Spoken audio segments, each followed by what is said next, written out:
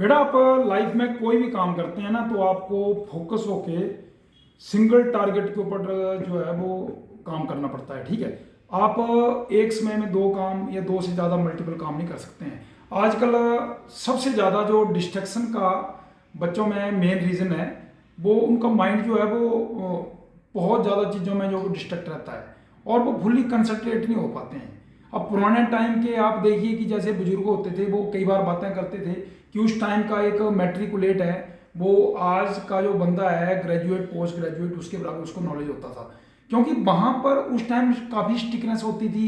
Teachers जो हैं उनका एक रिस्पेक्ट होता था, एक डर होता था बच्चों में। ठीक है, कि जो उनको काम असाइन किया होता था वो काम उसको कंप्लीट करते थे। ठीक है, आजकल की जनरेशन में ऐसा है कि डिस्ट्रैक्शन ऑफ माइंड की वजह से जो है वो पूरा फोकस नहीं कर पाते हैं।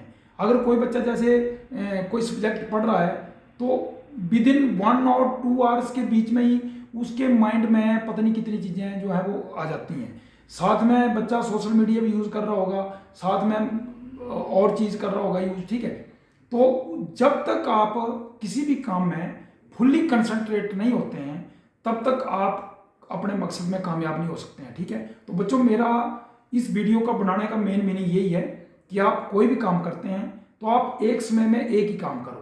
आप मान लो पढ़ाई कर रहे हैं तो आपका फोकस होना चाहिए कि मैं 90% अपना पढ़ाई को दूं, बाकी आप 10% का जो टाइम है उसको डिवाइड करो, थोड़ा सा अपना शरीर के लिए डिवाइड करो, क्योंकि फिटनेस भी आपकी जरूरी है, हेल्थ भी जरूरी है। ठीक है, हम ऐसा नहीं बोल रहे हैं कि आप टोटली जो है वो 100% फोकस पढ़ाई के लिए हो जाओ, क्योंकि आपकी हेल्थ भी जरूरी है, आपकी आई साइट भी जरूरी है, आपका मसल्स जो एक्सरसाइज है वो भी जरूरी है। तो सिंगल फोकस हो